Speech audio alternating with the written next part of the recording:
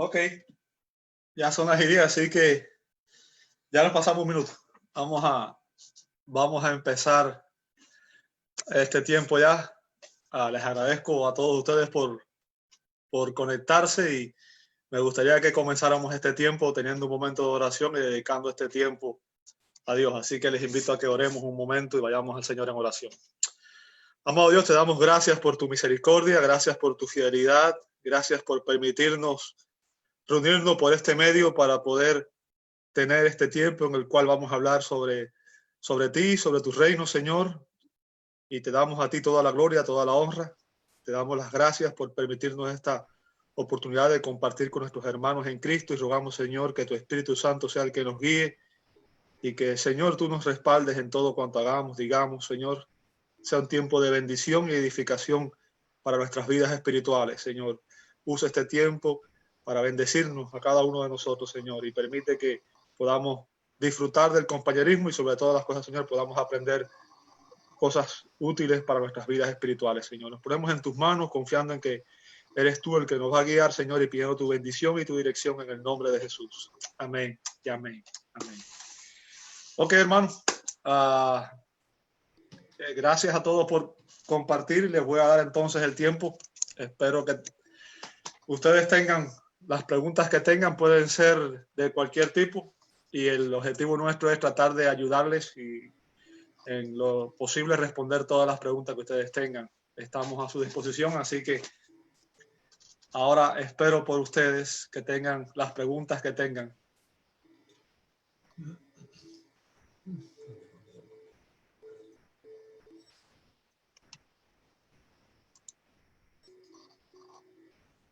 Pastor, una pregunta. ¿Por qué es importante el aprender y conocer de la teología?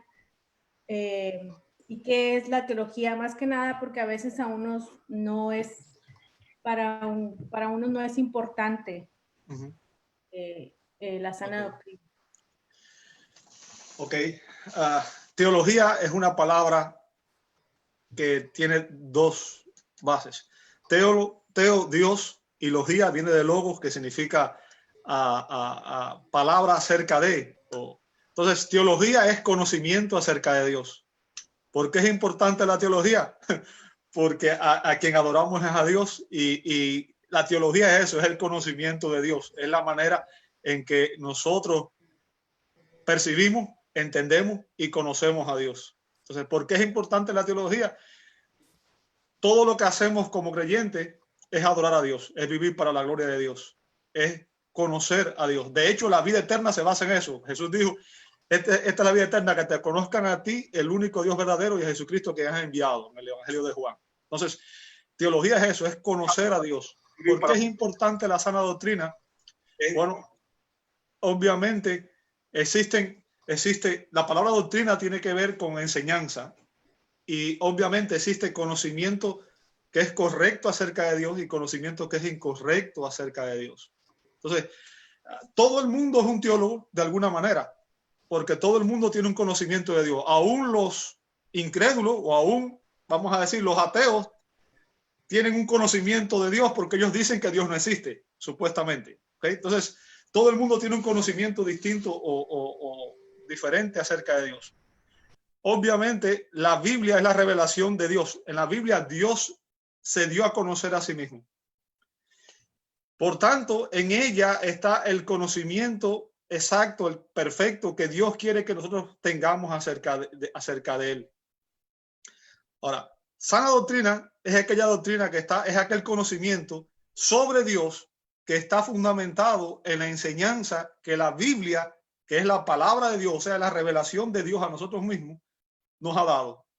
Por tanto, la persona que tiene sana doctrina es aquella persona que basa todo su conocimiento sobre Dios, sobre sí mismo, sobre el mundo que lo rodea, en la Escritura como palabra de Dios. Y eso es importante porque obviamente es la única manera en que podemos conocerle a Él para ser salvos. Y es la única manera en que podemos vivir de la manera que Él quiere que vivamos, que es vivir para su gloria y es honrarlo en todo cuanto hacemos y decimos. Es por eso que la teología es fundamental porque es el conocimiento sobre Dios y la sana doctrina es fundamental porque es el conocimiento correcto en cuanto a Dios. Porque hay personas que tienen un conocimiento equivocado en cuanto a Dios. Y eso lamentablemente conduce a actitudes o estilo de vida que no es correcto, que no es acorde a la voluntad de Dios para nuestras vidas. No sé si eso responde a la pregunta. Sí, sí, gracias.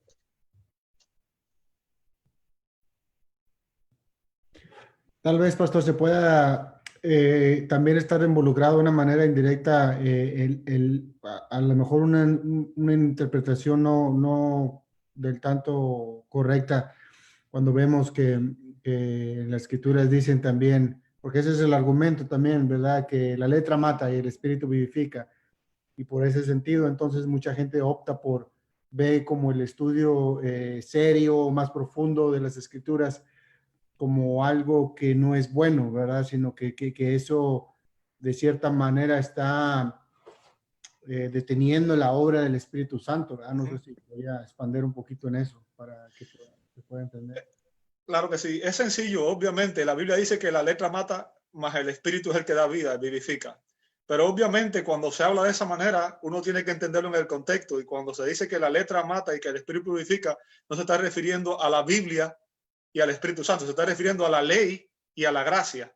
Entonces, obviamente, la ley tenía un propósito, era revelar el pecado nuestro, era revelar la condición humana. La ley fue dada con ese propósito, que las personas entendiéramos, número uno, que ninguno de nosotros es justo, que ninguno de nosotros puede obedecer perfectamente a Dios, y eso es precisamente lo que Dios demanda de nosotros. Jesús dijo, Dios dice, sean perfectos porque yo soy perfecto. Entonces, la demanda de la ley es que obedezcamos a Dios perfectamente en todo. Entonces, la ley fue un instrumento o fue dada por Dios para revelar, en primer lugar, el hecho de que somos pecadores y que ninguno de nosotros puede conformarse a ese estándar de justicia divino que es perfecto, y nosotros, ninguno puede llegar allí. Por tanto, el objetivo de la ley era demostrarnos eso, que necesitábamos la gracia. Y el segundo propósito de la ley, como dice la misma escritura, es que la ley ha sido nuestro ayo, nuestro maestro o nuestro tutor para llevarnos a Cristo. Entonces, eso que tú estás diciendo es precisamente una de las razones por las cuales es importante que los creyentes estudiemos y conozcamos la escritura, conozcamos cómo estudiar la escritura, porque los que dicen generalmente eso es el movimiento carismático, que tiene una concepción diferente, piensa que hay contradicción entre el estudiar la escritura y la obra del Espíritu Santo. Pero la escritura en Pedro nos dice, segunda de Pedro 1, 21 y 22, dice que la escritura fue inspirada por el Espíritu Santo. Entonces, la Biblia es la palabra inerrante, infalible, eficaz, es suficiente que Dios nos dio a nosotros. O sea, cuando tú lees 2 Timoteo 3, 16 y 17, dice que toda la escritura es inspirada por Dios y útil para enseñar, para corregir, para redarguir, para instruir en justicia, a fin de que el hombre de Dios sea perfecto, enteramente preparado para toda buena obra. ¿Qué significa? Que la escritura fue dada como el instrumento para llevarnos a nosotros al conocimiento correcto en cuanto a Dios, y que es a través de ese conocimiento que nosotros somos preparados para vivir de la manera que Dios quiere que vivamos. Entonces, mucha gente hoy quiere vivir la vida cristiana, quiere ser creyente, pero está pensando que el cristianismo es algo esotérico, es algo que viene más de la experiencia que del conocimiento bíblico real. Lamentablemente, con el surgimiento del movimiento carismático de la iglesia pentecostal, que si ustedes han estudiado, ustedes sabrán que la iglesia pentecostal es un movimiento que surgió relativamente joven, no es en la historia de la iglesia, el movimiento pentecostal como tal no surgió hace tantos años, surgió a principios de 1901, ¿verdad?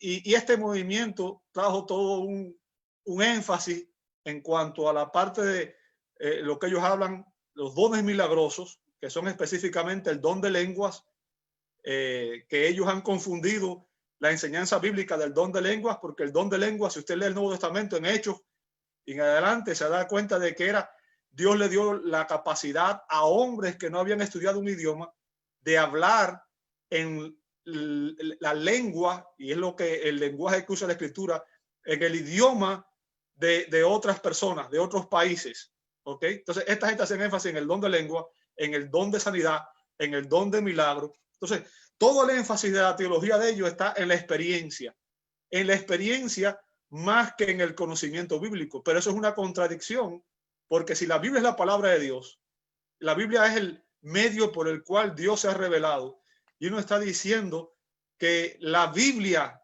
mata, que estudiar la Biblia nos mata, sería ir en contra de lo que la Biblia enseña y sería ir en contra de lo que el Espíritu Santo mismo ha revelado.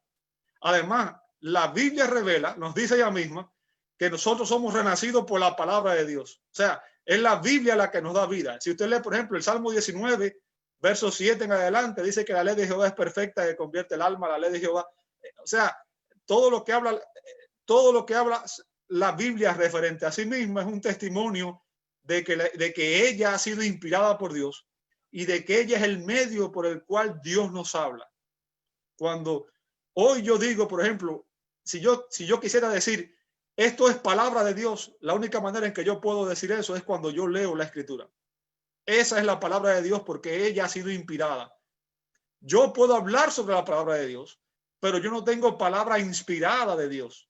O sea, la inspiración está resumida a los 66 libros de la Biblia. No hay más registro inspirado, no hay más palabra inspirada. Entonces, lamentablemente el movimiento carismático hoy afirma que hay profetas modernos. Ahora, si usted dice que hay profetas modernos, está diciendo que hay nueva revelación de parte de Dios y está diciendo que la Escritura no es suficiente. Ahora, si eso fuera así, entonces tendríamos un problema, porque si la Biblia no fuera suficiente, entonces, ¿cómo saber cuál va a ser el futuro? ¿Cuál es la verdad? Tendríamos que añadir nuevos libros y nuevas revelaciones a la Biblia. Pero la Biblia no enseña eso. De hecho, la Biblia nos da toda la enseñanza referente a lo que ha ocurrido en la historia de la iglesia y lo que va a ocurrir incluso en el futuro. Entonces, lamentablemente, los que piensan así, los que creen que estudiar la Biblia mata, son precisamente personas que están confundidos porque su conocimiento en cuanto a la Escritura es equivocado, es errado, es una mala teología, es una mala doctrina, y obviamente están basando su fe en la experiencia, que muchas veces es una experiencia equivocada y es contradictoria a lo que dice la Biblia misma. Y la experiencia no es la prueba de la verdad. Tenemos que entender eso, el hecho de que uno tenga una experiencia. Toda la experiencia cristiana debe ser evaluada a la luz de la Escritura y no al revés. Yo no evalúo la Biblia a la luz de mi experiencia, sino que evalúo mis experiencias cristianas a la luz de la Biblia. Si la Biblia afirma que eso es verdad, entonces yo puedo aceptarlo y creerlo, aún mis tradiciones y todo lo demás. Si la Biblia no lo afirma, entonces yo estoy equivocado y tengo que evaluar esa experiencia a la luz de lo que es verdad.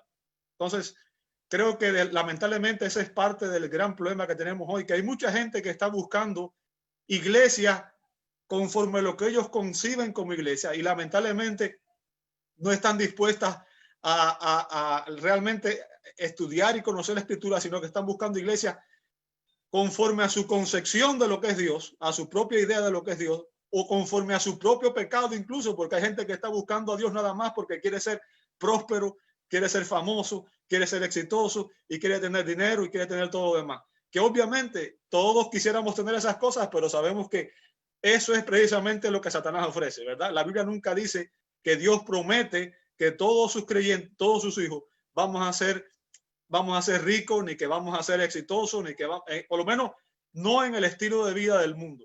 ¿Me explico? Entonces, es importante que entendamos eso. Es importante que entendamos que esa falta de conocimiento y de sana doctrina es la que nos lleva a errores como esos, donde muchas veces buscamos las cosas con relación a Dios que tienen que ver incluso con nuestro propio pecado. Estamos buscando cosas que satisfagan nuestro ego, lo que yo quiero, y no realmente someterme a Dios y no hacer la voluntad de Dios. Una pregunta, pastor. En el protestantismo hay unas cuantas religiones, como la religión bautista, la pentecostal, la adventista, etcétera, etcétera. Cada una de las religiones tiene un, si podemos llamarlo, entre comillas, un reglamento, una ley, una forma de vida. ¿A qué se debe eso? Cuando estamos compartiendo una misma Biblia, estamos compartiendo una misma creencia, un mismo mensaje, ¿por qué es que cada religión se comporta de una forma distinta y por qué la gente se adhiere a esas distintas religiones? Ok, el término religión es muy amplio, ok, y tiene que ver más con lo que nosotros hacemos por buscar a Dios que lo que, y yo a veces tengo cuidado con ese término, porque creo que en realidad existen dos religiones, ok, el cristianismo genuino, que es el verdadero evangelio, y el resto de las religiones, que son los esfuerzos humanos por agradar a Dios de alguna manera. Bien, entonces el cristianismo genuino es aquel que entiende que la salvación es toda de gracia, se recibe solo por fe y solo por Cristo. Y entiende los principios fundamentales que tuvieron en la Reforma y las bases fundamentales del cristianismo. En primer lugar, el hecho de que Dios es soberano, ¿ok? Dios es soberano y está en control de todo.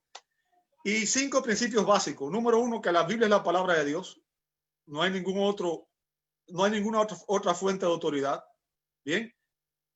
La salvación es solo por gracia, solo por fe, solo por Cristo, y todo esto es para la gloria de Dios. Entonces, esos son, digamos, de alguna manera, principios básicos del cristianismo genuino. El resto, aún dentro de lo que se conoce como cristianismo, existen personas que creen que pueden hacer algo para agradar a Dios y que tienen, de alguna manera, en su mente la idea de que o su fe o sus obras pueden agradar a Dios. Entonces, esa es una división importante que hay que hacer, ¿ok? Ahora, cuando analizamos la reforma protestante, nosotros lo llamamos evangélicos, cristianos. Hay muchas maneras de llamarnos a nosotros, ¿ok? Pero cuando miramos hacia atrás, nos damos cuenta de que las maneras en que se nos conocía a lo largo de la historia eran protestantes o evangélicos. Protestante, ¿por qué? Porque hubo un momento en la historia en que la religión, y digo religión, no cristianismo, dominante fue el catolicismo romano, que ustedes saben que es una desviación del verdadero cristianismo. ¿Ok? Y llegó un momento en la historia en que una serie de hombres, entre ellos obviamente Lutero, pero no fue Lutero solamente, sino que hubieron otra serie de hombres, se dieron cuenta de que la religión, esa religión no honraba a Dios, no era bíblica, no era una religión que realmente estaba acorde al evangelio. La otra manera en que se nos conoce es evangélico. ¿Por qué? Porque creemos en el evangelio, creemos los principios, las verdades que te acabo de mencionar. Ahora, cuando tú me haces esa pregunta, tiene que ver más, creo yo, con la parte de por qué hay denominaciones. ¿Ok? Existen dos divisiones aparte de esto. Existe lo que se conoce como denominaciones, que son, al menos en la mayoría que se conocen, son grupos que se dividen en doctrinas no fundamentales, o sea, tienen diferencias doctrinales no fundamentales, pero en la mayoría de las doctrinas fundamentales estamos de acuerdo. ¿Ok? Por ejemplo, si tú preguntas, vas a ver que los presbiterianos, los reformados, los bautistas reformados, la mayoría de estas personas están de acuerdo en que no hay salvación fuera de Cristo, en que la salvación es por gracia, es solo por fe, la Biblia es la palabra de Dios. O sea, tenemos eso en común. Y las diferencias tienen que ver ya con estilo de adoración a veces, o tiene que ver con escatología, que es la doctrina del final de los tiempos, o tiene que ver con otras cosas que no son doctrinas fundamentales, porque doctrinas fundamentales son aquellas que de ellas depende la salvación del hombre. Por ejemplo, para mí doctrinas fundamentales son la escritura como palabra de Dios, Dios, o sea, el hecho de quién es Dios, la doctrina de la Trinidad, bien, la doctrina de la salvación.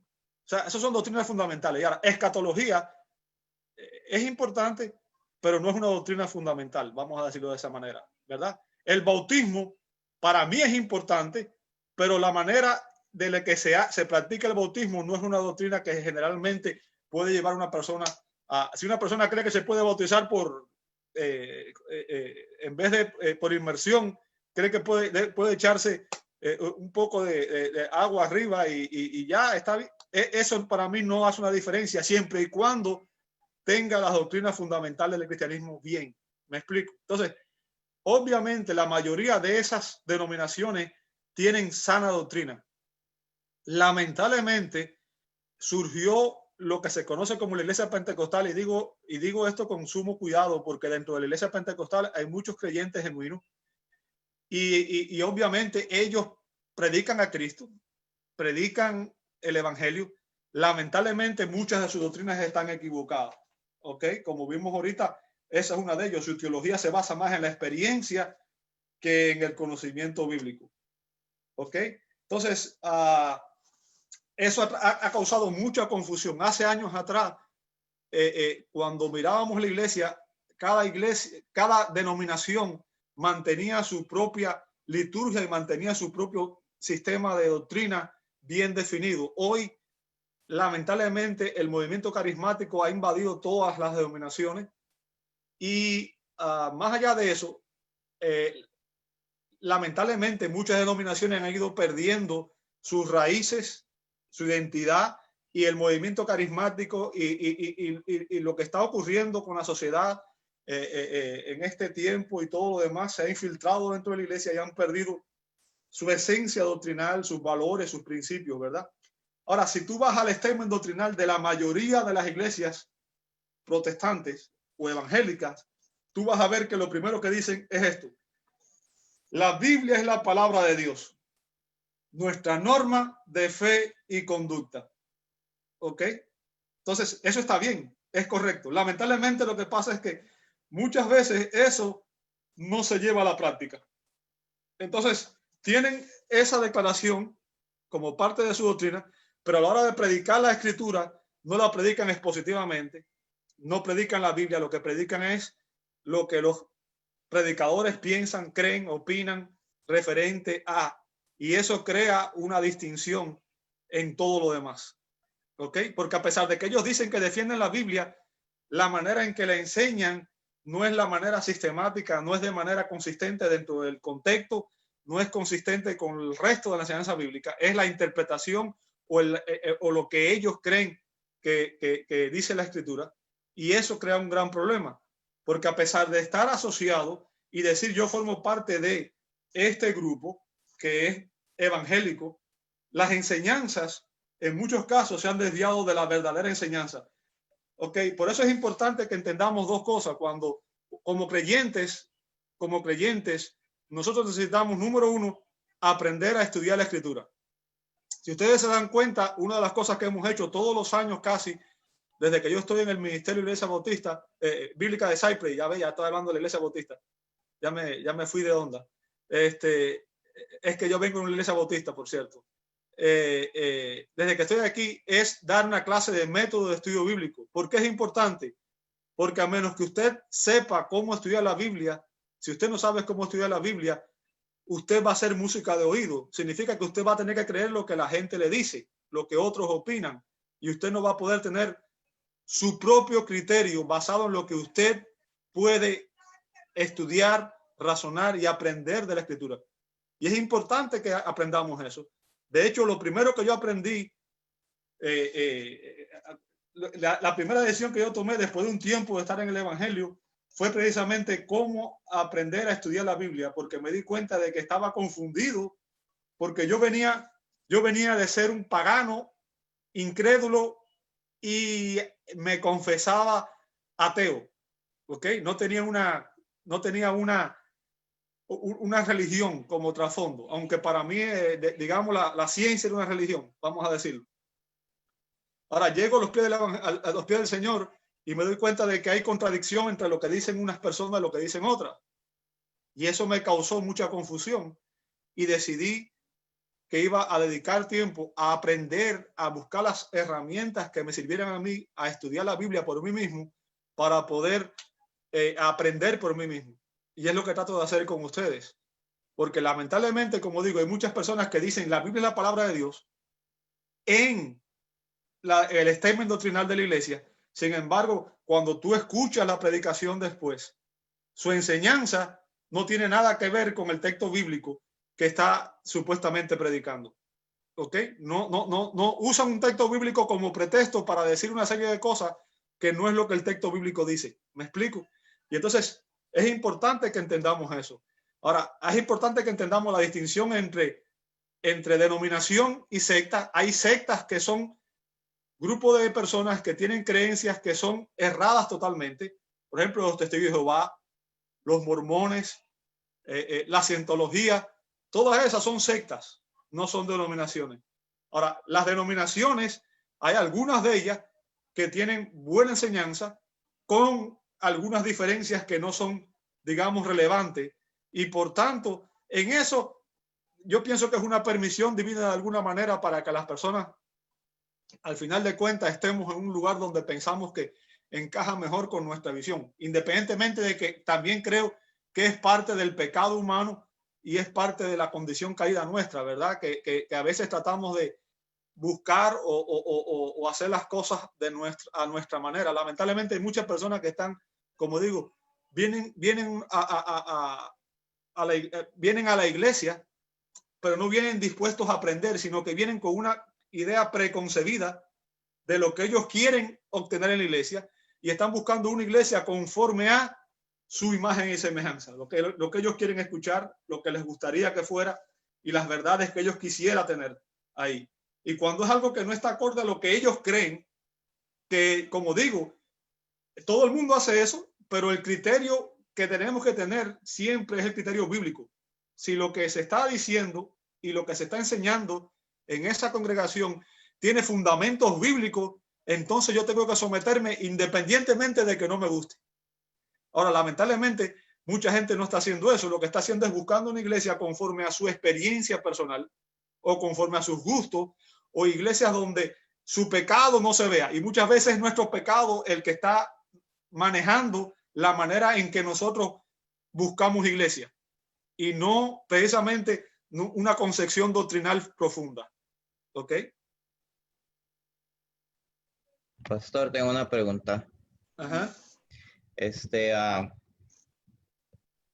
Lo mío es un poquito más a lo más básico.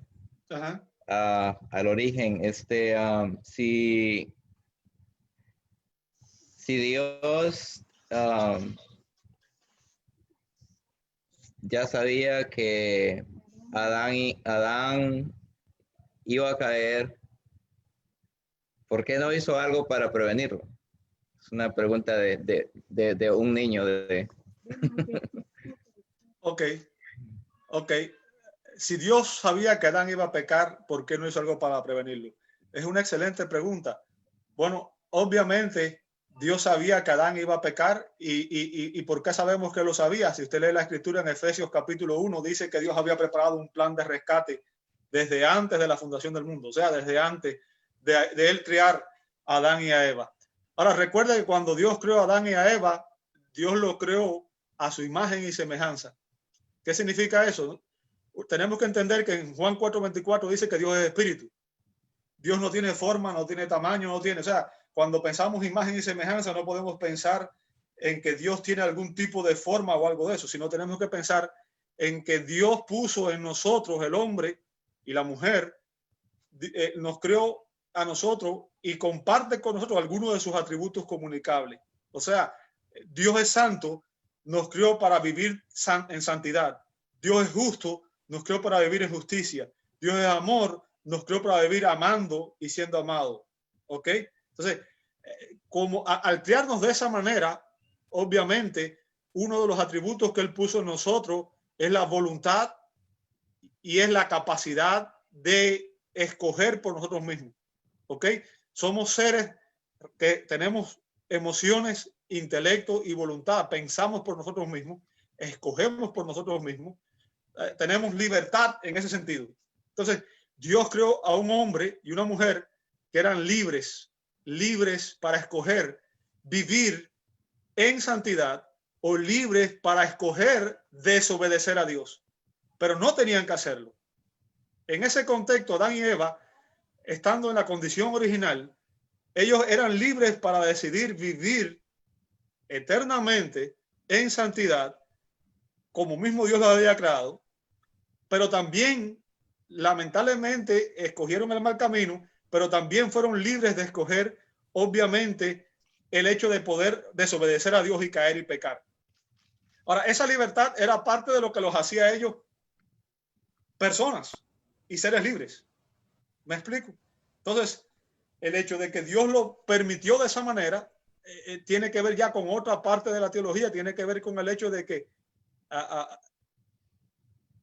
cuando pensamos hoy, por ejemplo, si Adán y Eva no hubieran caído en pecado, vamos a decirlo de esa manera, voy a explicar algo, nosotros nada más hubiéramos conocido una parte de Dios, pero no hubiéramos conocido todos los atributos de Dios que conocemos hoy. Porque si no existiera pecado en el mundo, ¿cómo conoceríamos nosotros la paciencia de Dios, la misericordia de Dios?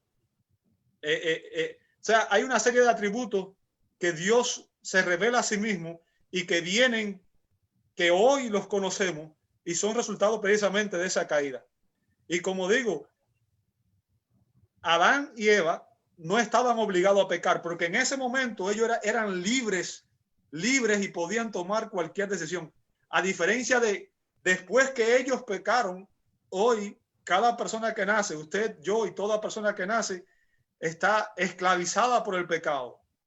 ¿Ok? Como dice David en el Salmo 51, en pecado me concibió mi madre. Dice Romano que nosotros somos, que aquel que practica el pecado, esclavos del pecado. Entonces, una persona hoy es esclava del pecado por naturaleza. Somos pecadores por naturaleza.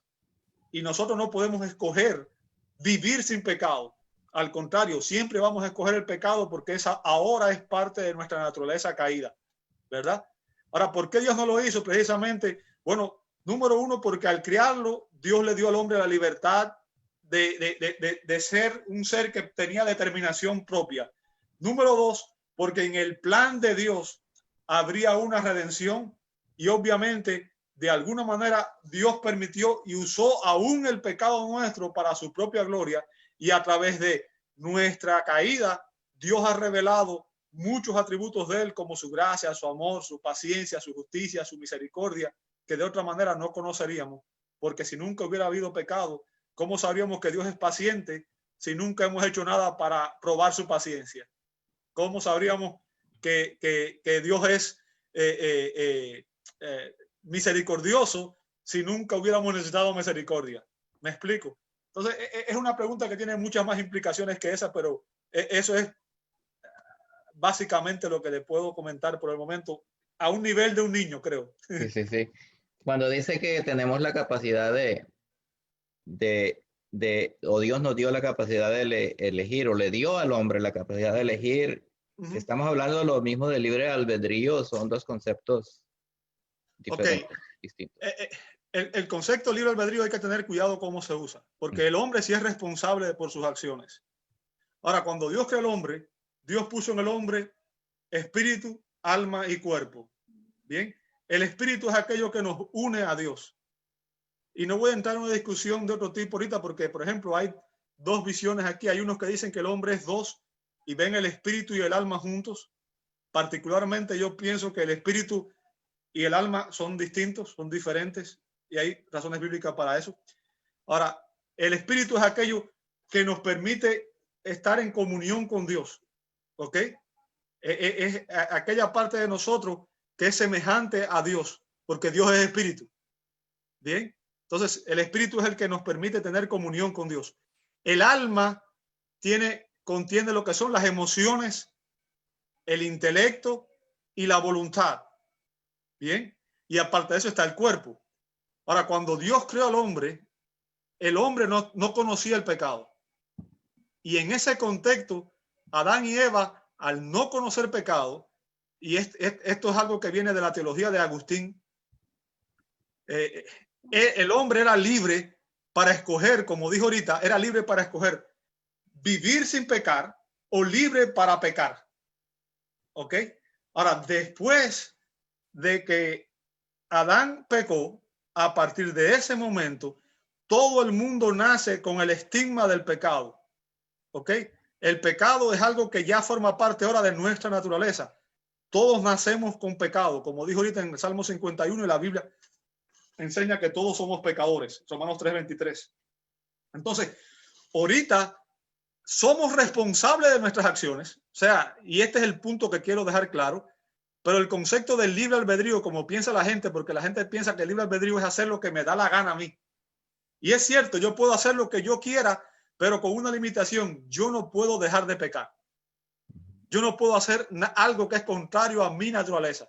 Entonces, como pecadores, los pecadores hoy son esclavos del pecado, dice la Escritura.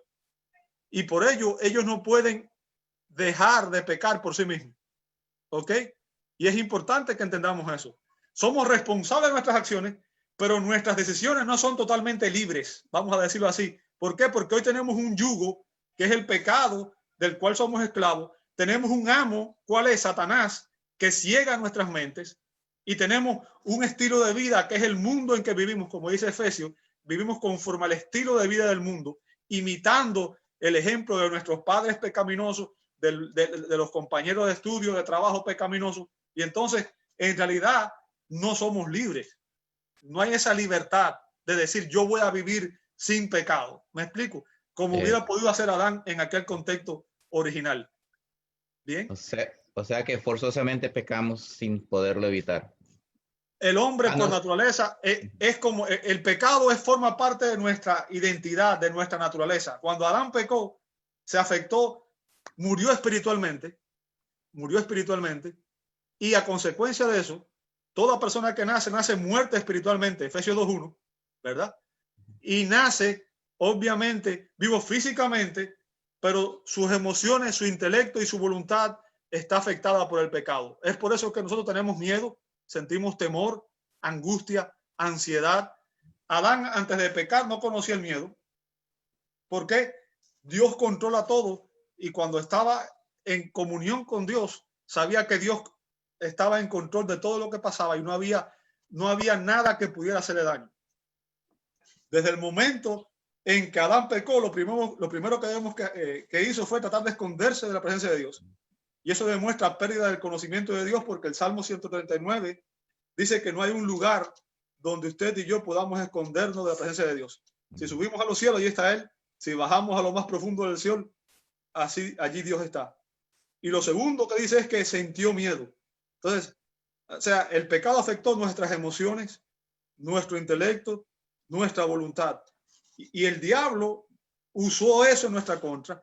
Y hoy las personas están rendidas en su voluntad al sistema del mundo. ¿Ok? La vanagloria de los ojos de la vida es lo que nos llama la atención, ¿verdad? Y las tentaciones que el diablo ofrece son las que nos satisfacen más. Queremos satisfacer nuestra carne. Entonces, en realidad, nuestro apetito carnal es mayor que cualquier otra cosa. Además de eso, recuerde, una persona que está sin Cristo está muerto espiritualmente. Por eso nunca podría dejar de pecar. Por eso nunca buscaría a Dios por sí mismo. Es lo que dice Pablo en Romanos 3. No hay justo ni a uno. No hay quien entienda. No hay quien busque a Dios. Viene del Salmo 14 y del Salmo 52. ¿Por qué? Porque está muerto espiritualmente y el pecado es su dueño. El enemigo de las almas es su amo. ¿Ok? Y el mundo es su estilo de vida. La filosofía del mundo. Muchas gracias. Un placer, hermano. Pastor, otra pregunta que yo tengo en cuanto a Génesis, en cuanto a Adán. Adán fue creado y el mandato que Dios le dio a Adán sobre no comer del algo prohibido fue antes de que creara a Eva. ¿Esto no es lo correcto? Sí. Exacto. Ok.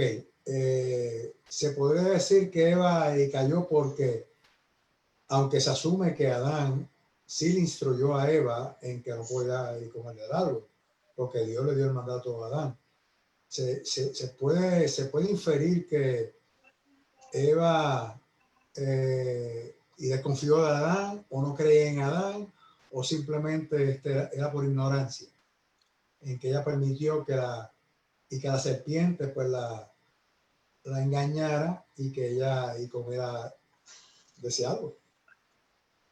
Bueno, ignorante no estaba, porque la respuesta que ella da demuestra que Adán le había compartido la verdad. ¿Ok?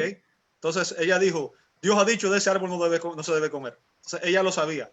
Obviamente Adán había hecho el trabajo del líder, que era enseñarle a su esposa. Lamentablemente se descuidó y su esposa estaba sola. Y eso fue lo que el diablo aprovechó. Evidentemente, en el momento, bajo la tentación, ella sintió en ese momento, en primer lugar, entró en una conversación que no debió haber entrado en aquel contexto. Y en segundo lugar, al ponerse en esa situación, se puso en una situación vulnerable, porque Adán no estaba presente tampoco. Y lo otro es que en el momento en que empieza la tentación, ella misma habló de una manera que no debió, aceptó algo que no debió aceptar, y habló de una manera que no debió hablar. Entonces, ahí ya obviamente habría que ver el motivo que había detrás de eso. Ya es muy difícil para mí llegar más allá y poder decir, tú sabes, todo lo que hay detrás de eso en el plano, en la mente de ella, porque nunca podría entenderla. Pero evidentemente ella se puso en una situación que nunca debió entrar, y aceptó cuando la serpiente la tentó. Lo que hizo fue que usó la escritura de una manera equivocada. Tergiversó la escritura, tergiversó la palabra de Dios. Y ella escuchó eso, y en vez de reaccionar, terminando la conversación, siguió. Y después la Biblia misma dice que ella miró y se sintió de alguna manera atraída hacia eso. O sea, ya ahí hubo una tentación dentro de ella, que es lo más difícil de poder contestar, porque hasta ese momento, como digo, ellos no conocían el pecado. ¿Ok? Y se dio a ese impulso. Entonces, obviamente, ella sí conocía la verdad, porque Adán se la había dicho. Y de hecho, Adán, si tú lees cuando ella responde, la manera que ella responde iba un poco más allá de lo que Dios había dicho. Por eso quizás Adán había exagerado un poco lo que Dios había dicho, pero yo creo más que todo que fue eso, que se puso en una situación en la cual ella no debía estar. Y obviamente hubo una situación que nunca debió suceder, y que ella debió cortar y haber buscado a su esposo. O él debió no haber, de alguna manera, haber estado al pendiente de ella. Esa parte ya es un poco difícil de juzgar más allá. Sí. Ok, no. Y de hecho, a lo que me lleva a mi primera pregunta que te hice sobre doctrinas de distintas religiones o sectas o dogmas, lo que sea. Hay muchas religiones que permiten que mujeres sean pastoras de iglesias. En Primera de Timoteo, obviamente, Pablo informa a Timoteo pues los requisitos para ser pastor, sí, lo cual indica que es hombre de una sola mujer. Y a la misma vez, pues la Biblia revela ciertos acontecimientos en que la mujer pues ha influido en la derrota, si se puede llamar. Por ejemplo, Eva con Adán, tienes a Dalila con Sansón, tienes ahora no me acuerdo del nombre de las hijas era de Lot, creo que era, que lo emborracharon. Sí, esa misma. Exacto. La pregunta, y volvemos otra vez a la doctrina de distintas religiones, o creencias, ¿por qué hay iglesias que permiten y mujeres ser y no pastores? Porque obviamente entendemos que la mujer puede ser y puede pastorear y puede evangelizar y puede y puede enseñar a mujeres y a otros niños, pero las ponen a dirigir a iglesias en su totalidad. Bueno, creo que viene de eso mismo, viene de una falta del conocimiento de la Escritura, porque la Biblia es clara al respecto. De principio, cuando Dios creó al hombre y a la mujer, cuando vamos a la Biblia siempre vamos al diseño original. ¿Ok? Y es bueno que tú toques eso porque cada vez que tengamos un problema tenemos que ir al diseño original. Entonces, cuando tú mismo citaste el texto, yo creo que ya hablé de eso ya en otro Q&A que nosotros hicimos, ¿verdad? Pero si tú lees, por ejemplo, en 1 Timoteo capítulo 2, versos 11 en adelante, dice el texto bíblico, la mujer aprende en silencio en toda sujeción, dice el apóstol Pablo, porque no permito a la mujer enseñar ni ejercer dominio sobre el hombre. ¿Ok? No se permite a la mujer ejercer autoridad sobre el hombre, ni enseñar al hombre en la Escritura. Ahora, después dice, sino estar en silencio. Y la mayoría de las mujeres, el movimiento feminista dice eso era porque Pablo era un judío, era un rabino, no sé qué, y era un misógino, y que en aquel tiempo las costumbres judías y que no sé qué, y tiene que ver con las costumbres de Corinto, entonces por tanto, pero las razones que da Pablo a continuación son teológicas y tienen que ver con el origen, tienen que ver con la creación y no con nada, no tiene nada que ver con un contexto cultural. Dice después, porque Adán fue formado primero, o sea, Dios creó primero al hombre y la mujer fue creada como ayuda idónea. O sea, el rol de liderazgo desde un principio fue otorgado a Adán. Adán le puso nombre a Eva y en el contexto poner nombre era un símbolo de autoridad. ¿Me explico? Entonces, el rol de liderazgo desde el principio, antes de la caída, no es una consecuencia de la caída, fue dado al hombre, no a la mujer. ¿Ok? Entonces, por eso dice aquí, porque Adán fue formado primero. ¿Ok? Entonces, él era obviamente el líder en esa relación. Después Eva. Y Adán no fue engañado, sino que la mujer, siendo engañada, incurrió en transgresión. O sea, ese es el segundo punto también. Y es que la mujer estaba vulnerable sin el liderazgo del esposo. ¿Ok?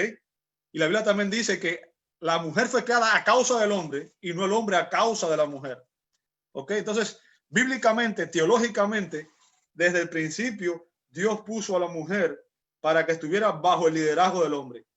Y como he dicho otras veces, eso no implica inferioridad por parte de la mujer. Hay que tener cuidado porque lo que pasa muchas veces es que lamentablemente usamos mal la escritura y muchas mujeres cuando se dice la esposa debe someterse al esposo y las mujeres deben someterse a los líderes en la iglesia, enseguida piensan que las están denigrando y con todo este movimiento que hay hoy de justicia social y todo lo demás, la gente piensa que el someterse es una injusticia y que forma, por tanto, algo que hay que rebelarse, algo que hay que ver como algo negativo.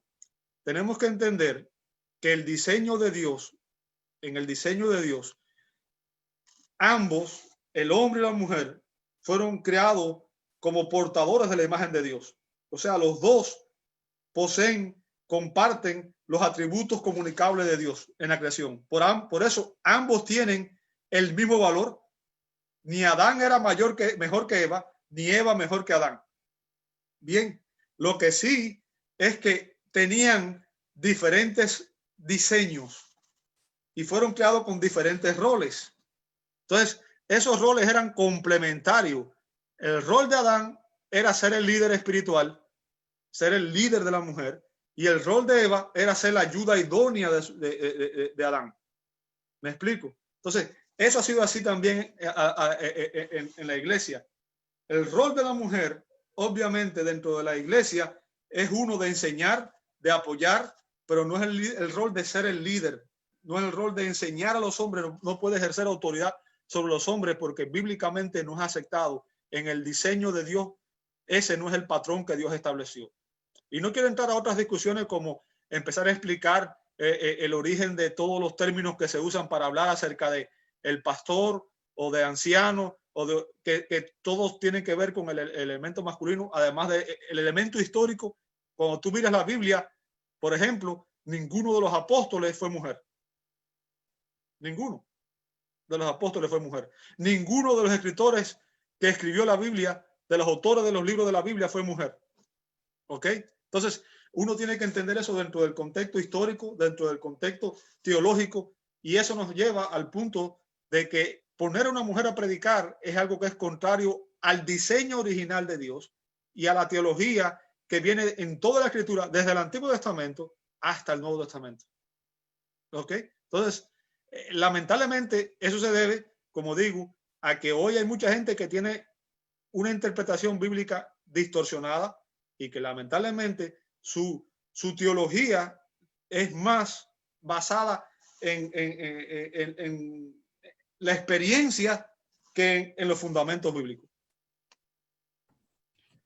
Y tal vez solamente para añadir, pastor, a lo que está diciendo, y porque dijo desde un principio, ¿verdad? Que es por ignorancia, pero en algunos otros casos es simplemente también considerar el pecado, ¿verdad? La rebelión que existe, ¿verdad? Porque tienen la misma Biblia, ¿verdad? Están viendo ahí mismo en la escritura donde claramente, entonces muchas veces algunas de esas personas que me consta que algunas genuinamente, ¿verdad? Pueden ser creyentes o aman al Señor, al servir al Señor, le dedican su vida al Señor, mas sin embargo, de cierta forma se están rebelando en contra de lo que Dios mismo dice a través de las escrituras, ¿verdad? Y como ya lo recalcó usted de manera perfecta, ¿verdad? No es tanto porque uno valga más que otro, sino más bien ese es el diseño que Dios ha dado. ¿Verdad? Entonces, una cosa también hay que considerar es de que toda mujer, ya sea por ignorancia o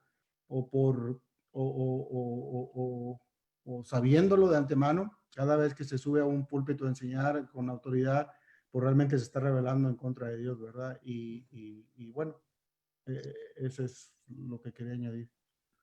Sí. Cuando una mujer asume el rol de liderazgo, ya sea en la casa o en la iglesia, se está rebelando contra el diseño de Dios. ¿Ok? Ojo, como dije, los dos tienen igual valor. El rol es complementario. Y eso es importante que lo entendamos, porque lo digo porque muchas veces los hombres usamos la Biblia a nuestro favor y decimos, la mujer tiene que someterse, pero la Biblia dice también, someteos unos a otros en el temor de Dios. Y el hombre tiene que estar sujeto a Cristo.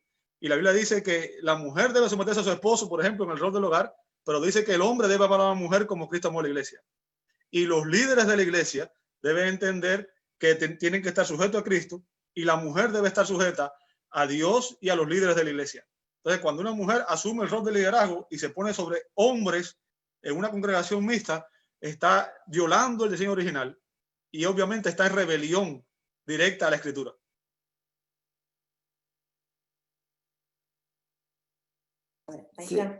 Sí, disculpe, pastor, una pregunta. La situación de Eva con la víbora, la conversación fue una sola vez, fueron varias para la víbora meter la cizaña, la duda en Eva, o fue la primera vez que la puso en duda para el fruto prohibido.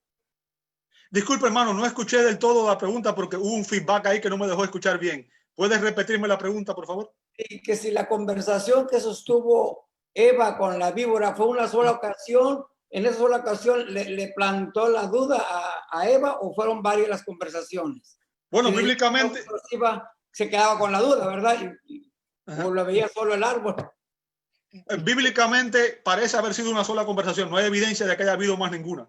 ¿Ok? Entonces, bíblicamente hubo una conversación y en ese contexto fue capaz de traerle la duda y sembrar la duda en ella, llevarla a tentarla de tal manera que ella cedió a la tentación. No hay apoyo bíblico para decir que fueron varias conversaciones porque la Biblia nunca hace alusión a eso, realmente.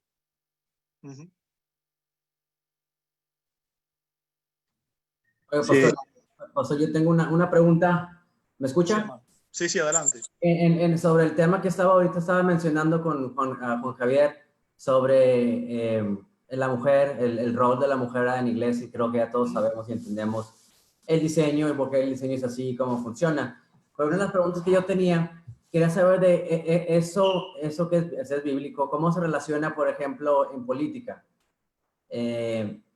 Por ejemplo, en unos cuantos meses vamos a tener las elecciones de la política para presidente.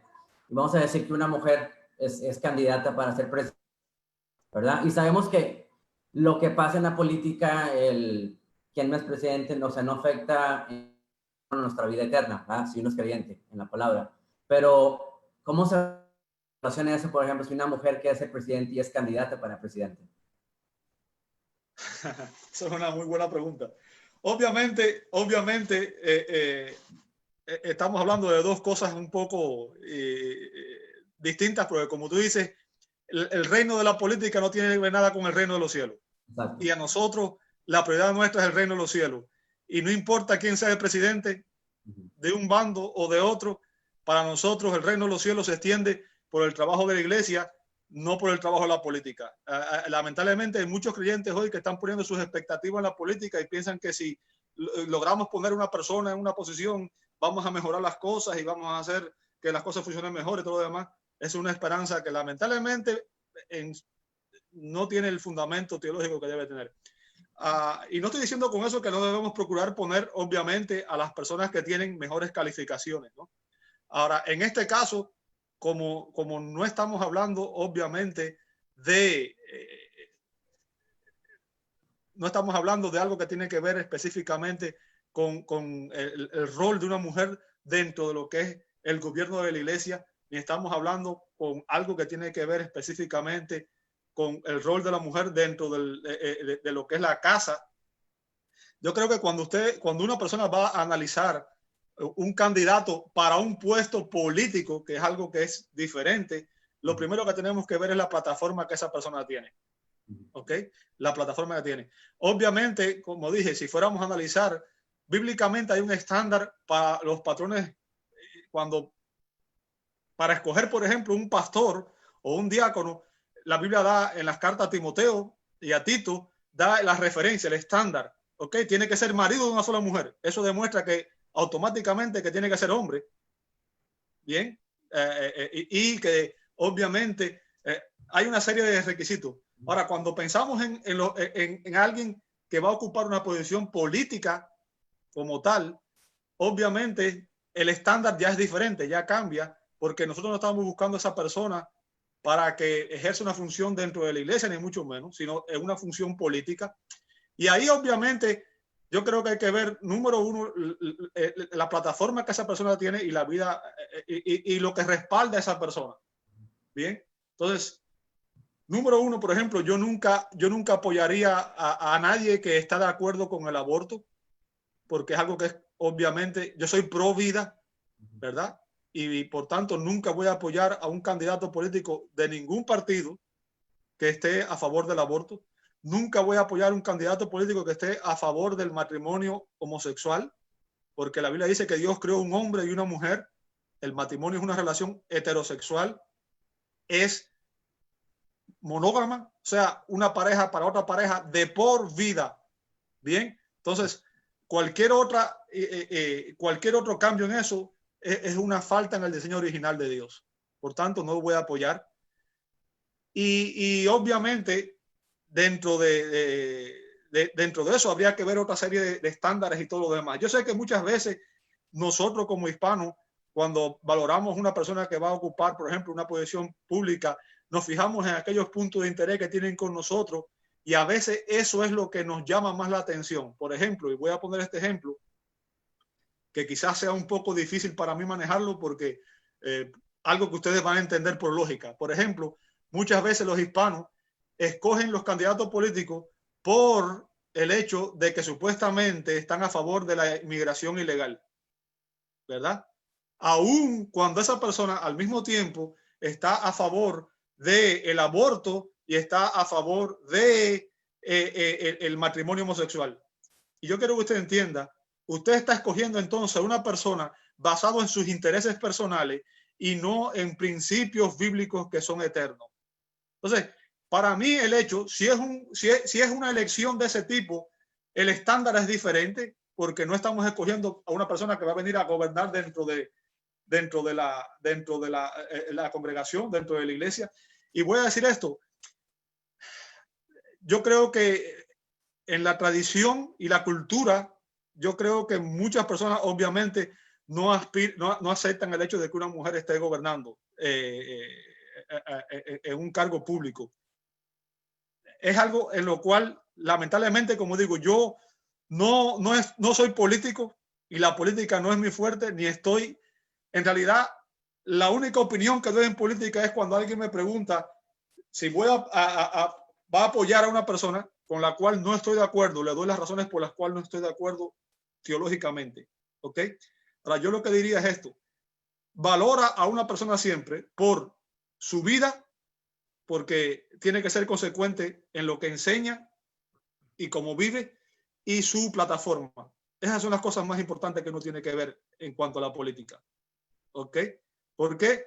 Porque al final de cuentas, si su vida no concuerda con lo que dice, y si al fin, y con eso no estoy diciendo que obviamente el estándar para un político es diferente al estándar, por ejemplo, para un pastor, ¿verdad? Un pastor tiene un estándar diferente que una persona en la política. Pero al final de cuentas, esos son los dos valores más importantes que hay para mí. Ahora, ya si las personas lo escogen o no, ya eso es una determinación muy personal. Y como digo, en política ese no es mi fuerte y yo ahí no voy más allá. Pastor, quería agregar algo allí. Me gustó la analogía que hizo usted en cuanto al liderazgo de la iglesia y cuando se basó en la historia de que todos los apóstoles fueran hombres y que incluso los escritores de la Biblia todos fueron hombres. Y si nos vamos a la historia de Israel también, todos los reyes de Israel cuando se dividió fueron hombres también. Y vemos también casos como en el caso de Acab, de que sí, él estaba a la cabeza, pero la cabeza se movía para donde Jezabel quería. ¿Verdad? Que fue un desastre cuando estaba siendo dirigido a través de la mujer. Creo que la Biblia también se basa, si nos fijamos en la historia, también parece que la política, al estar siendo dirigida no por un hombre, también está fuera incluso del orden de Dios, aunque tal vez no lo podemos, es algo que nosotros no podemos controlar. Claro, y como dije, el reino de los hombres, la política de los hombres no interfiere en la expansión del reino de Dios, en el sentido de que no importa quién esté gobernando y no importa las decisiones que tome el gobierno, al final de cuentas, nosotros tenemos un Señor, tenemos una cabeza que es Cristo, tenemos una norma, un estándar, una constitución que es la Escritura, y esa es nuestra norma de fe y conducta. Y al final de cuentas, cuando Cristo vino, el gobierno era un gobierno nefasto, ¿ok? La política era un desastre, habían esclavos. Si usted lee la Escritura, Cristo nunca trató de, él mismo dijo, yo no vine a instaurar un reino humano. O sea, lamentablemente el concepto de que nosotros vamos a lograr establecer un sistema de justicia social en este mundo que satisfaga todas las necesidades que hay es falso. Bien, ningún sistema político, por muy bueno que sea, ni este ni ningún otro, es totalmente justo. ¿Por qué? Porque mientras esté gobernado por personas caídas, como usted, como yo y como todos los que están en el gobierno, la justicia no existe en esta tierra. El único sistema justo que va a haber es el reino de Dios, cuando Cristo reine en la tierra y en el reino eterno. ¿Por qué? Porque va a haber un rey, una cabeza, un gobierno y todos los demás vamos a estar sujetos a él. Y ese rey es justo en todo lo que hace. Justo, perfecto. Nosotros lamentablemente no lo somos. Y lamentablemente las decisiones que tomamos son pecaminosas muchas veces. Entonces, obviamente el patrón bíblico es que un líder debe ser siempre varón. Bien, y que cada vez que una mujer ha asumido un rol de liderazgo en cualquier lugar, ya sea la política, en la iglesia o en cualquier lugar, ha traído desgracia a ese lugar. Y con eso no estoy denigrando a las mujeres, porque estoy diciendo que las mujeres tienen el mismo valor que los hombres, pero bíblicamente el estándar bíblico es que el líder debe ser un hombre. Pastor, en cuanto a esta cuestión de gobierno y elecciones y cuestiones, y creo que posiblemente Benjamín puede aclararme la duda. Uno de los conceptos o doctrinas de los testigos de Jehová es que no votan en elecciones, por el simple hecho que ellos se concentran más en el reino de Dios y no en el reino terrenal. sería una aseveración correcta en no inmiscuirse en total con elecciones terrenales, de gobiernos terrenales, por esa misma razón. Si Benjamín me puede contestar o si tú me puedes contestar, te voy a decir. Bueno, yo creo que te voy a dar chance, Benjamín. Déjame. Yo creo que es importante que entendamos esto. El hecho de que uno entienda de que el reino de los hombres no influye en el reino de Dios, porque el reino de Dios se extiende a través de la iglesia por la predicación del evangelio. Tenemos que entender que tampoco somos gente que estamos aislados de la sociedad. ¿Ok? Romanos 13 nos dice que nosotros tenemos que someternos a la autoridad y las autoridades dicen que debemos votar y es parte de nuestro deber ciudadano. Entonces, como ciudadanos debíamos votar y debíamos votar por ¿quiénes? Por aquellos que representan la plataforma que está más acorde al patrón nuestro como patrón bíblico. Obviamente yo votaría siempre por una persona que tenga un estándar, el estándar más alto en cuanto a justicia. ¿Me entiende? Obviamente aquellos que están en contra del aborto, en contra del matrimonio homosexual, en contra de todo ese tipo de agendas que son contrarios al patrón bíblico. ¿Ok? Entonces, hay que entender que los testigos de Jehová son una secta y que lamentablemente ellos tienen una visión distorsionada en cuanto a Dios mismo, en cuanto a las escrituras, y que obviamente llevan las escrituras en algunos casos a extremos que no son. Obviamente nuestra prioridad en cuanto a obediencia es Dios. O sea, si el gobierno nos pide que hagamos algo que es contrario a mi creencia como cristiano y a lo que la escritura enseña, yo tengo que obedecer a Dios antes que a los hombres. Pero a menos que sea ese el caso, yo como un ser que formo parte de una sociedad en la cual obviamente yo no estoy ajeno al resto del mundo, yo formo parte de esta sociedad, yo tengo ciertas obligaciones como guardar las leyes, como obedecer ciertas cosas. Y eso no implica que yo estoy yo me estoy sometiendo a César más que a Dios.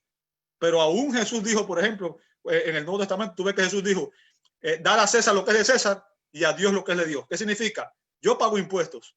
¿Por qué razón? Porque si yo no fuera, tampoco pagaba impuestos. Pero Jesús mismo nos enseñó eso. ¿Qué significa? Cumple con aquellas normas que forman parte de la sociedad en la cual tú vives. ¿Me explique? Siempre y cuando esas normas no violen las cosas que el reino, que Dios ha establecido en su palabra, como las normas del reino. ¿Me explico? Entonces, en ese caso, mi obediencia está siempre Dios primero. Pero en lo demás, obviamente, yo debo también participar y obedecer las autoridades, como dice Romanos 3. De otra manera, estaría negando lo que la misma escritura dice, porque si la escritura dice que yo debo someterme a la autoridad y me pongo en rebeldía con la autoridad sin razón alguna, estoy yendo en contra de un pasaje de la escritura que Dios mismo ha establecido, porque dice que la Biblia que ninguna autoridad humana ha sido puesta si no es por Dios. ¿Me explico? No sé si quieres aclarar algo más allá, Benjamín. No, pues casi todo lo aclaró. Nomás los testigos de Jehová, ellos usan una base bíblica de Eclesiastés donde el rey Salomón está diciendo que obviamente sabemos que el libro de Eclesiastés es un libro que está escrito a la juventud del pueblo de Israel y él les está diciendo ahí que se dejen guiar por la palabra de Dios, no por el hombre. Entonces dice en una parte, dice, porque después de todo he comprobado que el hombre ha dominado al hombre para su propio mal. Entonces ellos interpretan esa base bíblica como un no puedes tú votar o no puedes tú elegir gobiernos porque el hombre domina al hombre para su propio mal. Entonces, ellos lo definen de esa manera, aunque no tienen nada que ver una cosa con otra. Una de las cosas es que quien lo dijo fue alguien que se enseñoreaba de una nación. Esa persona fue quien dijo que el hombre dominaba al hombre para su propio mal. Obviamente sacan fuera de contexto el texto bíblico, pero una de las cosas más importantes es que los testigos de Jehová como religión, ellos buscan en toda manera sacar de tu vida todo lo que pueda tener cierto tipo de influencia. Por ejemplo, Tú no puedes saludar la bandera, tú no puedes cantar el himno nacional ni nada que tenga que ver con patriotismo de tu país, porque para ellos eso es un pecado. Ellos ven el saludo a la bandera o el himno nacional como un acto de adoración a un pedazo de trapo. Y por más que intentes demostrarles que no estás adorando a algo por tenerle cierto respeto porque representa tu nación, no lo van a entender. Se los digo yo que lo he tratado con muchas personas. Ellos no van a entender que es esa parte. Tú no estás rindiéndole un acto de adoración, no te estás postrando ante la bandera de tu nación. Otra cosa es que te alejan de tu familia porque ya es todo tipo de celebraciones como los cumpleaños o cualquier celebración que haya, ya ves, Navidad, Año Nuevo, todo lo que sea, para ellos lo ponen como que es algo idólatra, que es algo pecaminoso. Entonces, básicamente ahí lo que hacen es alejarte de tu nacionalidad, que puede tener influencia en ti, y alejarte de tu familia o de las personas que pueden influir en ti. Son más que nada todas esas cosas que ellos implementan con textos bíblicos fuera de contexto, son en realidad para imponer más dominio sobre las personas que están en su religión. Básicamente por eso lo hacen. De eso. Ahora, mi opinión en eso de votar pues, es la misma que el pastor dijo, es una responsabilidad de nosotros y algo que no dijo el pastor, yo creo que si vemos que las dos partes que estén tratando de tomar el gobierno de nuestro país y las dos partes están completamente perdidas, pues bueno, yo creo que ahí sí, a conciencia yo diría, pues no votes por ninguno, porque en realidad no hay para dónde le des. Pero creo que como creyentes tenemos que votar por el que veamos que tenga de perdida algunas cosas, algunos principios que vayan de acuerdo a lo que la Escritura enseña. No sé si eso fue la pregunta. Y una cosa que hay que hacer distinción es que en el Antiguo Testamento, Dios estaba estableciendo una teocracia. Si usted ve, en el Antiguo Testamento existían 3 oficios principales: el rey, el sacerdote y el profeta. ¿Ok? En un principio, Dios estaba guiándole a Israel a través de los profetas y los sacerdotes. Y llegó un momento en que Israel pidió rey como el resto de las naciones. ¿Ok? Ahora, si te das cuenta, los 3 oficios, rey, sacerdote y profeta, requería que el hombre fuera ungido por Dios. ¿Ok? Entonces, para que ustedes entiendan, en el Antiguo Testamento, el rey, el sacerdote y el profeta eran los representantes de Dios en la tierra. Un texto bíblico que muchos malinterpretan, por ejemplo, si tú lees en el Salmo 82, 6, 7, dice, yo dije, vosotros sois dioses y todos vosotros hijos del Altísimo, pero como hombres moriréis y como cualquiera de los príncipes caeréis. O sea, dice que ustedes son dioses. Ahora, ¿a qué se refiere? Y lamentablemente mucha gente del movimiento carismático usa ese texto para decir que nosotros somos Jehová Junior y somos dioses aquí en la tierra. Pero lo que está diciendo es que esas personas, los reyes, los sacerdotes y los profetas, eran los representantes de Dios en la tierra y eran los encargados de administrar la justicia de Dios en la tierra. ¿Ok? Y que por tanto debían administrar la justicia de una manera que honrara a Dios. Ahora, eso fue en el antiguo pacto, en la antigua dispensación. Estamos en un nuevo pacto, estamos bajo el nuevo pacto en Cristo. Y obviamente hoy todo creyente está sujeto, obviamente, al gobierno de Cristo a través del Espíritu Santo. Y obviamente la Biblia es clara al respecto. Y estoy explicando esto en base a lo que dijo Benjamín, que ellos están basando su teología en el Antiguo Testamento. Nosotros no estamos más bajo la ley, estamos bajo la gracia, ¿verdad? Y la Biblia es clara en Romanos 13 cuando dice que todo creyente debe someterse a las autoridades. Entonces, para nosotros hoy, rebelarnos en contra de la autoridad no es a menos que sea que la autoridad nos impida adorar o nos impida a predicar el evangelio, nos impida hacer algo que la Biblia nos manda, que entonces sí, de ahí en fuera tenemos que obedecer las autoridades. ¿Ok? Y debemos practicar, debemos ser los mejores ciudadanos en esta tierra. ¿Ok? Aunque nuestra ciudadanía está de arriba, pero mientras estemos aquí, debemos ser los mejores ciudadanos, los que cumplen con todo lo que se puede cumplir, que no viole los principios bíblicos que Dios ha establecido para nosotros. ¿Me explico? Oiga, pastor, tengo una pregunta, no es mía, alguien la hizo. Okay.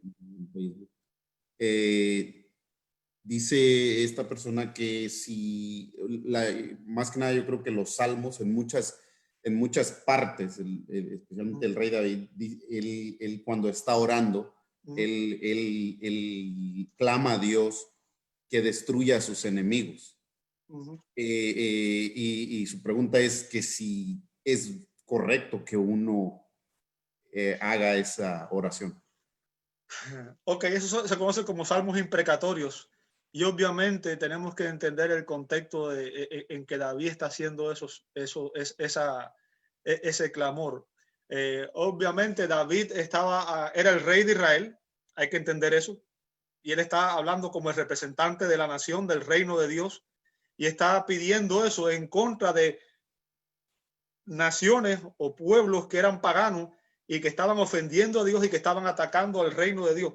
Recordemos el contexto. En el Antiguo Testamento, Dios dijo que había escogido a Israel para que a través de Israel iba a llevar el evangelio a las naciones. Ahora, muchas de las naciones alrededor se oponían a Israel, y tenemos que verlo en el contexto de que no solamente se oponían a Israel como nación, sino también se estaban oponiendo al rey de Israel, en este caso al Señor. ¿Ok? Ahora, obviamente, nosotros tenemos que ver todo a la luz del Nuevo Testamento también, ¿verdad? Y la Biblia es clara cuando Jesús dice en el Sermón del Monte, dice que debemos orar por nuestros enemigos, orar por los que nos ultrajan, nos persiguen y nos maltratan. Y eso no significa que hubo un cambio. David lo que estaba pidiendo era que Dios preservara la nación, y obviamente lo estaba haciendo desde su posición como rey en aquel contexto. Él representaba esas peticiones, más que peticiones personales de David, eran peticiones en las cuales él estaba intercediendo, pero no solamente como David, sino también como el rey y como el representante de la nación como tal, ¿verdad? Y estaba pidiendo que Dios librara a Israel como el pueblo del pacto del juicio, y muchas veces de esas naciones paganas que querían destruir esa nación, que en aquel contexto era la nación que representaba a Dios en la tierra, que de alguna manera, si Israel hubiera desaparecido, si lo vemos desde un contexto de vista humano, ¿ok? Si Israel desaparecía de alguna manera el pueblo del pacto, y el evangelio hubiera cesado de existir. ¿Me explico lo que estoy diciendo? Entonces tenemos que verlo desde ese contexto. Y obviamente Dios era el que determinaba qué naciones o qué pueblos debían ser castigados y cuáles no. Como hombre, David también oraba muchas veces en su desesperación y pedía por el juicio de sus enemigos. Y yo creo que en algún momento, cuando uno está sufriendo algún tipo en el Antiguo Testamento, vemos eso en muchos pasajes, ¿verdad? En tiempo de desesperación, muchas veces las personas piden cosas que obviamente no son del todo la voluntad de Dios, pero obviamente, como digo, David en esos salmos específicamente, más que todo, está pidiendo como un representante, como rey y representante de la nación, a que Dios libre a la nación del peligro que representan muchas de esas potencias extranjeras que estaban atacando a Israel como nación, el pueblo del pacto. Entonces, por eso, en ese contexto, esas peticiones eran, digamos, válidas.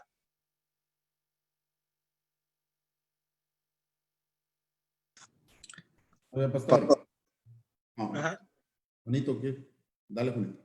Ok, pastor, ¿es posible que ya sea una pastora o un falso maestro, si me entienden, un falso predicador, Dios lo pueda usar a esa persona, ya sea con, bueno, probablemente no tengan toda la doctrina correcta, pero para alcanzar almas? Como, bueno, una vez escuché a un predicador diciendo que da una analogía como una casa, ¿sí me entiende? Que cuando uno viene al evangelio, pues bueno, uno al principio es arminiano, pero al pasar esa puerta, uno se hace, bueno, calvino, sí, calvinista, porque, bueno, conoce lo de la gracia, a cuenta, pero es posible que al final de cuentas Dios saque a esa persona de ahí del error, pero usando a esas personas y traerlos a la verdad. Ok, dos cosas. En primer lugar, quien llama a salvación es el Espíritu Santo y obviamente los dos instrumentos o el medio que el Espíritu Santo usa son su palabra, y obviamente también nosotros somos el canal por el cual se predica el evangelio muchas veces. Ahora, yo creo específicamente que Dios no se va a contradecir a sí mismo, y eso es importante que lo entendamos, ¿ok? Porque si no sería justificar y decir, bueno, si Dios está usando una mujer para predicar el evangelio y está siendo efectiva, ¿por qué no seguir usando si está predicando el evangelio? Tenemos que entender que si Dios dice que no debe una mujer ser pastora y una mujer lo está haciendo, está violando, obviamente está en rebeldía a lo que la Escritura dice, y Dios no se va a contradecir a sí mismo. Ahora, más allá de eso,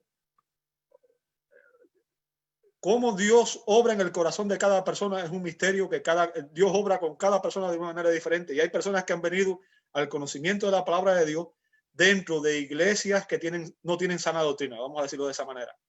Y como he dicho, yo trato de tener cuidado cuando hablo. Martín Lutero, que fue el padre de la Reforma Protestante, en una ocasión le dijo a sus seguidores, no se llamen luteranos, llámense cristianos, porque Martín Lutero no murió por nosotros, no murió por ustedes. Quien murió por ustedes fue Cristo. Por tanto, llámense cristianos, ¿verdad? Yo creo que es importante que entendamos, a veces pensamos en una serie de estándares o valores teológicos que estamos de acuerdo. Por ejemplo, yo estoy de acuerdo con la mayoría de lo que dijo Calvino, ¿ok? Estoy de acuerdo con eso, pero prefiero tener cuidado en la manera en que empleo ciertos nombres para llamarme, porque eso muchas veces las personas lo toman como que yo estoy de acuerdo con todo lo que esa persona dijo, y no necesariamente es así. ¿Me explico lo que estoy diciendo? Entonces, más allá de eso, yo creo que en primer lugar Dios nunca se contradice. Una persona se puede convertir en un lugar donde hay mala doctrina, y lo que sí estoy claro es una cosa: cuando una persona realmente se convierte y está en un lugar donde hay mala doctrina, al final siempre va a sentirse mal y va a ir a un lugar donde hay sana doctrina. Eso sí es importante que lo entendamos. Ahora, no creo que Dios use a alguien, aunque yo sé que mucha gente va a decir, bueno, en el Antiguo Testamento Dios usó un burro, ¿verdad?, para hablar. Le habló a Balaam a través de un burro. ¿Ok? Pero no podemos, Dios no se contradice a sí mismo. Y la Biblia es clara cuando dice que hay un patrón correcto que es el que él usa. Al final de cuentas, la manera en que Dios va a llamar a un pecador son siempre los mismos. El Espíritu Santo va a tomar la escritura y la predicación del evangelio para darle vida a esa persona. El contexto en el que eso ocurre puede ser muy diferente, pero al final, si no está la palabra de Dios predicada como debe ser y no está el Espíritu Santo, la persona nunca va a llegar al conocimiento de la verdad. Y cuando una persona llega al conocimiento de la verdad, en su corazón, como es regenerado, va a sentir hambre y sed de justicia, hambre por buscar la palabra de Dios. Y eso lo va a llevar a tener un celo de justicia que, lamentablemente, lo que pasa en los lugares donde hay mala doctrina es que al final la mala doctrina conduce a un mal comportamiento.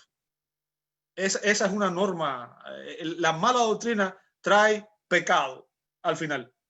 Y las personas que están en esos lugares, lamentablemente, al final se van a dar cuenta y van a salir de ahí en algún momento. En algún momento. ¿Ok? Entonces, yo no creo que Dios va a usar, yo no creo que si Dios ha dicho algo en su palabra, él mismo se vaya a contradecir yendo en contra del principio que él ha establecido. ¿Me explico? Sí, pastor. Gracias, pastor, por esa explicación. Yo tengo una pregunta, pastor. Ajá. Como nosotros no podemos dejar de pecar y la mayoría de las veces cuando tomamos decisiones, la tomamos equivocadamente. ¿Cómo yo sé que Dios me guía a tomar las buenas decisiones? ¿Cómo yo sé que un sentir proviene de Dios y no de mí? Ok. Ahora, Cuando decimos, ok, vamos a ir por punto. Cuando decimos un cristiano es una persona que ha nacido de nuevo, ha sido regenerada. Y por tanto, la Biblia dice que Dios, el Espíritu Santo, habita en nosotros. Bien. Ahora, un cristiano es una persona que ahora está en una condición en la cual nuevamente puede pecar y puede no pecar. Bien. Como creyentes, al tener el Espíritu Santo, Dios nos guía y la palabra de Dios es la norma, el estándar en el cual Él nos guía a qué cosas le agradan y qué cosas no le agradan. Obviamente, muchas veces nosotros vamos a actuar en rebelión con la Escritura y la Biblia dice claramente que si decimos que no tenemos pecado, dice en la primera carta, dice el apóstol Juan, que si decimos que no tenemos pecado, le hacemos a él mentiroso. Pero Juan también dice que un creyente es alguien que no practica el pecado. ¿Qué significa? El pecado no es su patrón de vida. Por ejemplo, y es lo que quiero que entiendas, antes todo lo que yo veía en mi vida, todo era pecado. O sea, para mí, todo el anhelo era pecado. ¿Por qué? Porque todo mi anhelo era satisfacer mis apetitos, mis deseos, mis prioridades, lo que yo quería. O sea, el centro era yo, era mi carnalidad, era mi satisfacción, era mi gusto, era mi placer. Ahora, en Cristo, hoy, un creyente tiene el Espíritu Santo y obviamente la Biblia dice claramente que nosotros, dice, todo lo que hagas debes hacerlo para la gloria de Dios, ¿cierto? Entonces, obviamente, como creyente, hoy la prioridad cuando nosotros estamos haciendo cualquier cosa, la que sea, no importa en qué ámbito sea, la pregunta que tenemos que hacerlo es, al hacer esto, ¿cómo yo le doy gloria a Dios? ¿Cómo yo glorifico a Dios en este? O sea, esto que voy a hacer, ¿le da gloria a Dios de alguna manera? No importa en qué sea, en cualquier ámbito, un libro que vayas a leer, una película que estés viendo, una acción que vayas a tomar, es la manera que tienes que verlo, desde la perspectiva de esto, a través de esto yo le voy a dar gloria a Dios. Esto está de acuerdo a lo que la Escritura enseña que es correcto. Entonces, cuando uno en la Escritura encuentra el estándar de justicia que Dios quiere, y ahora hoy sabemos lo que Dios demanda de nosotros, tenemos que entender también que en esto hay una norma de justicia que Dios dio, que es la palabra de Dios, y que la tenemos clara. Entonces, hay casos específicos. Por ejemplo, la Escritura dice que no debemos, vamos a poner un ejemplo, que debemos perdonar a un hermano, no importa lo que haga. ¿Ok? Dice, perdónalo hasta 70 veces 7. Bien. Entonces yo tengo un mandato directo de Dios a perdonar a los hermanos. Cuando yo no quiero perdonar a un hermano, estoy en rebeldía con Dios. Lo que tengo que entender es que si yo realmente soy un cristiano genuino, la Biblia dice que cuando eres un cristiano genuino, si tú no te sometes a la palabra de Dios, en esa área tú vas a estar obviamente en pecado y que por tanto no va a haber un desarrollo, un crecimiento espiritual y que Dios va a estar obrando contigo hasta que tú entiendas que estás en rebeldía y te sometas a Él en esa área y entonces vas a poder seguir creciendo. Entonces, Dios va usando cada circunstancia de su vida y con esto estoy diciéndolo para que veas el equilibrio que hay porque, como dije, no es que vamos a ser perfectos, no va a existir un cristiano que viva una vida cristiana perfecta. La perfección aquí en la tierra para nosotros no existe, ¿ok? Pero lo que sí va a existir es una santificación progresiva en la cual nosotros vamos a ir cada vez odiando más el pecado como Dios lo odia y amando más la justicia como Dios la ama, ¿ok?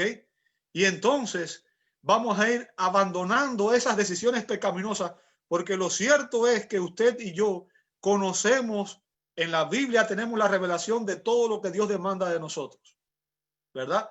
La Biblia es clara en cuanto a qué se espera de usted y de mí como cristiano.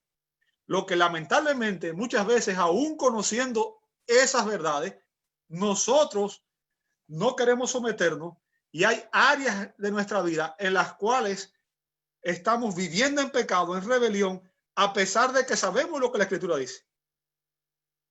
Y mientras mantengamos esa actitud, obviamente no va a haber crecimiento espiritual, no va a haber, y eso también, mientras estemos en esa condición, nuestra relación con Dios está de alguna manera afectada, porque la armonía de nuestra relación con Dios está rota. ¿Ok? Entonces, lo que yo veo es esto. Un creyente es alguien que va aprendiendo a vivir de la manera que Dios quiere que viva a través de la obra santificadora del Espíritu Santo, que trae convicción de pecado a través de la palabra y que entiende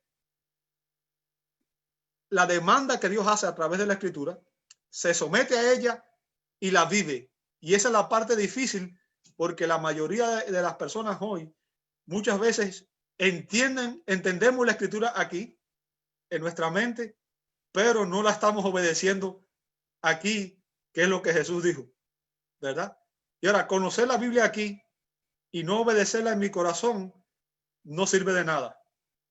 Y es importante que entendamos eso. Hasta que una persona no se somete en su corazón, obviamente Dios va a estar tratando con usted, conmigo y todo lo demás. Y obviamente esto es una obra progresiva en el corazón de cada uno de nosotros, y cada uno de nosotros va a crecer, digamos, a una velocidad diferente. Hay personas que crecen mucho espiritualmente, mucho más rápido, y otras mucho más lento, en la medida en que se someten a la palabra de Dios.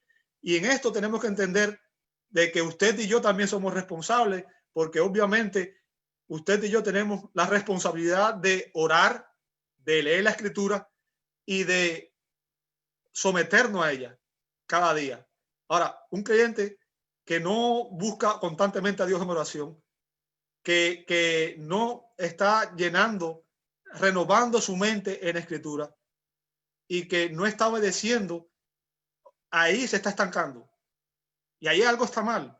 O la persona realmente está en rebeldía y Dios le va a traer juicio, como dice la Escritura, Dios va a aplicarle, como dice Santiago, ¿verdad?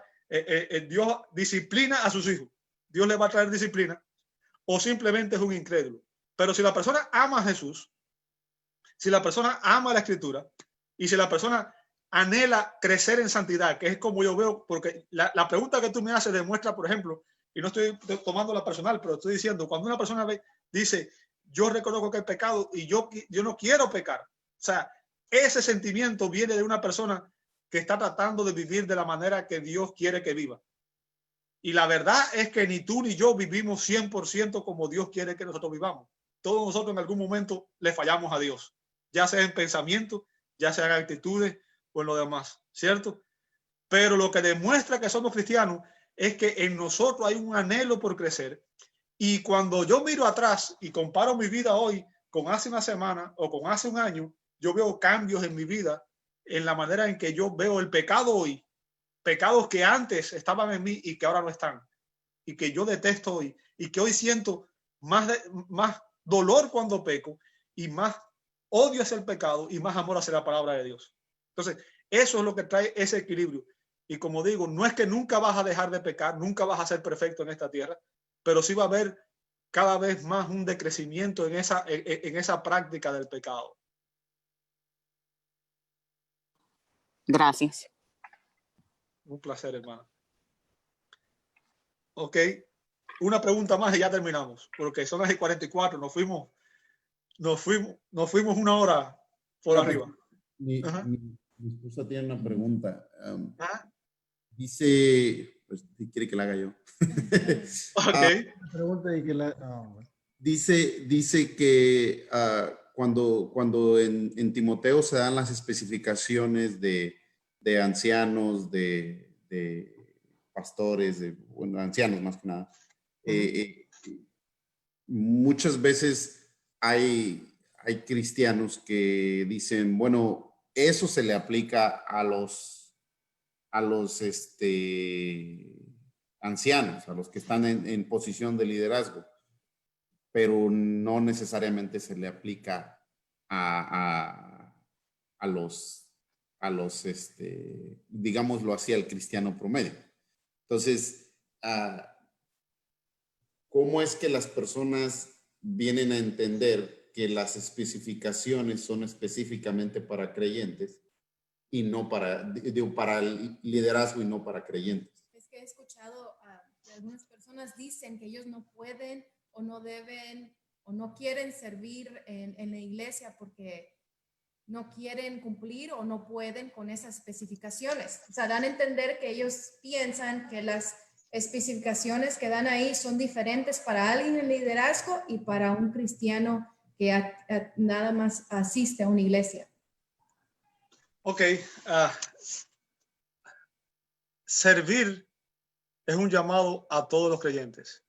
No es un llamado a los líderes nada más. Obviamente el estándar para los líderes es mucho mayor que el resto de la congregación, pero al final de cuentas, todos somos llamados a servir. ¿Ok?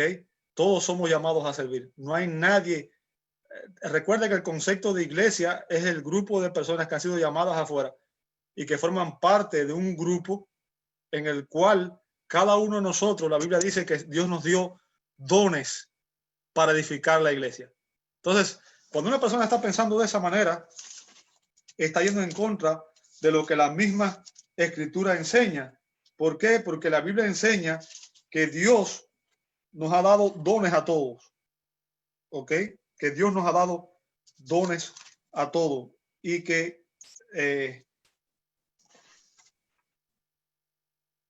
esos dones tienen como propósito que el cuerpo de Cristo sea edificado. No importa qué hermano sea, aún el pequeño de los hermanos, toda persona dentro del cuerpo de Cristo tiene al menos un don. Y cada don es valioso. Tenemos que verlo a la luz de lo que la Escritura enseña. La Biblia dice que la iglesia es un cuerpo y que dentro de ese cuerpo hay órganos. ¿Ok? Y cada órgano tiene una función diferente. O sea, está haciendo una analogía, obviamente, entre lo que es la iglesia y el cuerpo humano. Ahora, Dios nunca puso un órgano en el cuerpo humano que simplemente esté ahí por gusto, que no tenga ninguna función, ¿cierto? Que esté puesto ahí nada más que para llenar un vacío. No sirve para nada. Todos los órganos que están en el cuerpo humano tienen una función. De igual manera, toda persona que Dios pone en el cuerpo de Cristo tiene una función, tiene un ministerio, tiene un don. Y lo que Dios dice es que debemos usar esos dones para la edificación del cuerpo de Cristo. ¿Ok? Y hay muchos pasajes que hablan de eso. ¿Ok? La Biblia dice, por ejemplo, en Efesios capítulo 4, habla acerca de que Dios dio dones, dice, y dio dones a los hombres. ¿Y eso de qué subió? ¿Qué es? Sino que también había descendido primero. Bueno, dice, y él mismo constituyó a unos apóstoles, a otros profetas, a otros evangelistas, a otros pastores y maestros, a fin de perfeccionar a los santos para la obra del ministerio, para la edificación del cuerpo de Cristo. Y hay otros pasajes donde también se habla de los dones también. Pero al final de cuentas, el punto que quiero que entiendan es que a todos nos da diferentes dones, pero todo el mundo tiene al menos un don. Todo el mundo. Y que cada persona está puesta dentro del cuerpo de Cristo para, de alguna manera, edificar a otras personas. Ahora, el hecho de que una persona diga que yo estoy en el cuerpo de Cristo, pero no tengo que servir, sería una contradicción. En primer lugar, vamos a ver el ejemplo del mismo Cristo. Cuando vemos en el aposento alto, la Biblia dice que los discípulos llegaron, todos se sentaron a comer la última cena, la Pascua, y el Señor se puso un lebrillo, tomó una palangana y empezó a dar los pies. Y él les dijo, yo soy su Señor y su Maestro. Y les he dado ejemplo. ¿Ejemplo de qué? Él dijo que él no había venido para que le sirvieran, sino para qué? Para servir, ¿cierto? Entonces está diciendo que está dando ejemplo, pero eso no se aplica solamente a los 12 apóstoles, se aplica a todo creyente. Todo el ministerio de Jesús fue un ministerio de servicio. Ahora, un cristiano es una persona que imita al Señor. Toda nuestra vida debe ser una vida de ejemplo de servicio. Todos nosotros, un cristiano es una persona que está llamada a servir. Eso no es opcional. es parte del llamado que Dios nos hace. Si una persona que está en Cristo no está sirviendo, algo está mal con sus convicciones. ¿Por qué? Porque ese que están ahí son nuestros hermanos en la fe. Son las personas que Dios ha puesto para que nosotros compartamos con ellos nuestro andar de fe, pero también compartamos nuestros dones, nuestros talentos y los ayudemos a crecer espiritualmente. Entonces, obviamente hay unas personas que tienen unos dones que son diferentes a otros. Por ejemplo, algunos tienen el don de enseñanza, otros no, otros simplemente tienen el don de servicio. Pero al final de cuentas, un pastor está llamado a servir, un diácono está llamado a servir, un miembro regular de la congregación está llamado a servir, porque el llamado a servir es un llamado general. La palabra que se usa para servicio es diáconos. Y en el Nuevo Testamento vemos que esa palabra se emplea. Por ejemplo, el mismo Pedro se la aplica a sí mismo. Yo soy un servidor de Dios. Pablo también decía, yo soy un siervo de Dios. Estoy sirviendo. ¿Ok? A pesar de que era un apóstol, se veía como una persona que estaba sirviendo a los demás hermanos. Entonces, el servir es parte del llamado que Dios nos hace. Y obviamente, esos dones que Dios nos da, ponerlo en función de edificar a otros creyentes para que ellos también puedan crecer espiritualmente. Por ejemplo, ¿cómo yo podría ser edificado si yo no tuviera a un grupo de hermanos que están alrededor mío que me enseñan a mí ciertas cosas que yo no tengo el don en esa área? Entonces, Dios pone a otras personas para que me edifiquen a mí. Y Dios usa mi don, mi talento, el don que Él ha puesto en mí para que yo edifique a otros hermanos. Y esa es la manera en la cual Dios ha establecido para que la iglesia como cuerpo de Cristo funcione como un sistema perfecto en el que todo creyente tiene una función y forma parte de ese cuerpo y es un órgano de ese cuerpo. Y cuando una persona dice, yo no sirvo, es como un órgano que deja de servir. Si mi corazón dejara de servir, de funcionar, yo me muero. Si mis riñones dejan de funcionar, al final me voy a morir. El hígado, no importa. Y es que a veces decimos, bueno, pero un órgano pequeño, aún los órganos más pequeños son importantes. Todos los órganos en el cuerpo tienen una función importante y tenemos que verlo de esa manera. No hay excusa para no servir. Ahora, hay personas que lo que tienen es temor o les da pena porque a veces se sienten incapaces o inseguros. Porque piensan, yo no tengo el don como el hermano, que él sabe hablar o él sabe. Una de las cosas que tenemos que entender es que cuando Dios nos llama, Dios nos da junto con el llamado la capacidad de hacer las cosas. Por ejemplo, si uno ve el Antiguo Testamento, Moisés dijo, cuando Dios lo llamó a ministrar, lo primero que él dijo fue, yo no soy persona que es hábil a la hora de hablar.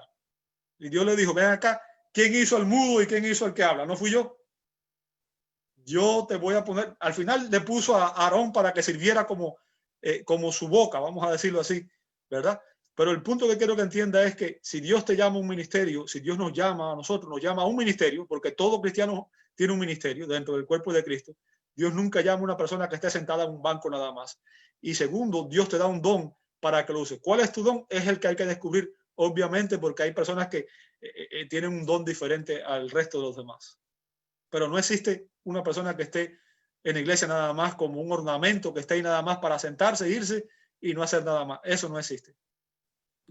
Pastor, pero una de las cosas es que muchas veces las personas interpretan cuando Pablo le está diciendo a Timoteo, por ejemplo, ok, estos son los requisitos para un anciano. Y les dice que sea marido de una sola mujer, que no sea dado al vino, que tenga bien su casa, que su testimonio sea bueno. Y cuando está dando esas especificaciones, muchas veces el cristiano lo ve como, ok, esas cosas les está aplicando a los que quieren servir, no a nosotros, que no estamos en liderazgo. Mi punto es, ¿acaso un cristiano puede ser marido de 2 mujeres? ¿Acaso un cristiano puede ser alcohólico? ¿Acaso un cristiano puede no tiene que gobernar bien su casa? ¿Acaso un cristiano no tiene que tener buen testimonio? Mi punto es que yo entiendo que la especificación es que le está dando Pablo a Timoteo, le está diciendo, asegúrate que a quien vas a poner el liderazgo tenga estas especificaciones. Claro. Pero esa demanda es para todo cristiano. Oh, correcto, claro. Pero mi punto es que muchos cristianos creen que esas especificaciones no les aplican a ellos, solamente a los que están en liderazgo. No, porque entonces lee el Nuevo Testamento completo. La Biblia dice que el divorcio es algo que Dios detesta desde el Antiguo Testamento. Aún en el Antiguo Testamento la Biblia dice que yo odio el divorcio, dice el Señor. ¿Ok? Entonces, las especificaciones, el estándar ese, obviamente es superior en el sentido en el que, por ejemplo, para un líder tiene que estar dentro de ese patrón, dentro de ese estándar. No puede haber violado ninguno de esos estándares en cuanto al llamado. ¿Ok? Entonces, si una persona que está como líder está en violación de alguno de esos estándares que Dios ha establecido, obviamente no está capacitado para el liderazgo. Pero ese estándar es el estándar que está establecido para toda la congregación. ¿Ok? O sea, el hecho de que un hombre debe ser el líder de la mujer, de la familia, de su casa, ese es un patrón que viene para toda la iglesia, no es para los líderes. El hecho de que debe ser marido de una sola mujer, obviamente, el libro de Hebreos dice: honroso sea en todo el matrimonio el hecho sin mancilla, pero a los fornicarios y adúlteros los juzgará Dios. O sea, si usted es cristiano y está en adulterio, está incurriendo en una violación del principio. Jesús dijo que si uno mira a una mujer y la codicia en su corazón, ya adulteró con ella el corazón, ya es un adúltero. Y un adúltero, dice la Escritura, dice, no es rey, ni los fornicarios, ni los avaros, ni los adúlteros heredarán el reino de Dios. Entonces, si tú dices que tú eres cristiano y estás violando esas cosas que son los fundamentos básicos del cristianismo, estás yendo en contra de lo que Dios estableció en su palabra, y por tanto estás en rebeldía con Dios. Eso es algo que se aplica para todo el mundo. Que obviamente, cuando miramos el estándar bíblico, sabemos que ninguno de nosotros es perfecto, pero lo que se está buscando es que el estándar, el liderazgo de la iglesia, sea lo más puro posible y esté obviamente lo más sujeto a Dios posible. ¿Me explico? Por ejemplo, un nuevo creyente que todavía no conoce estas cosas puede que esté todavía practicando ese pecado, pero a esa persona, por ejemplo, no se le puede poner en un puesto de liderazgo. ¿Por qué? Porque obviamente no cumple el estándar de que no puede ser un neófito, pero aparte de eso, si estuviera practicando alguno de esos pecados, no podría ser un líder de la congregación. Es por eso que cuando se van a escoger líderes, se busca el estándar de justicia, que como sabemos, ningún hombre puede cumplirlo perfectamente, pero ese es el estándar que Dios demanda de todo creyente. Y la Biblia es clara cuando dice que ninguno que practique que no practique ese estándar va a entrar al reino de Dios. ¿Ok? Y solo para agregar, pastor, si me permite, eso también es el no aplicar bien este entendimiento, el no estar consciente cada uno como creyente, el no ejercer el don que Dios nos ha dado a través del Espíritu Santo. Eso afecta a todos los demás. Pues ese es uno de los motivos por el cual a veces vemos que iglesias no son fuertes en cierta área, ¿verdad? ¿Por qué? Porque no todos están ejerciendo el don que se les dio. El don que Dios les ha dado individualmente a cada uno. No existe un cristiano sin algún don. Eso es imposible, conforme a lo que vemos en las Escrituras. Pero si yo tengo ese don y lo retengo por cualquier motivo, pues realmente todos los demás, estoy afectando a todos los demás, porque ese don no es para mí mismo, sino es para la edificación. Para la edificación del cuerpo de Cristo. Exacto. Ok, hermano. Les agradezco a todos por el tiempo y gracias por la oportunidad. Me gustaría que oráramos y cerrar este tiempo ya, porque tuvimos 2 horas, así que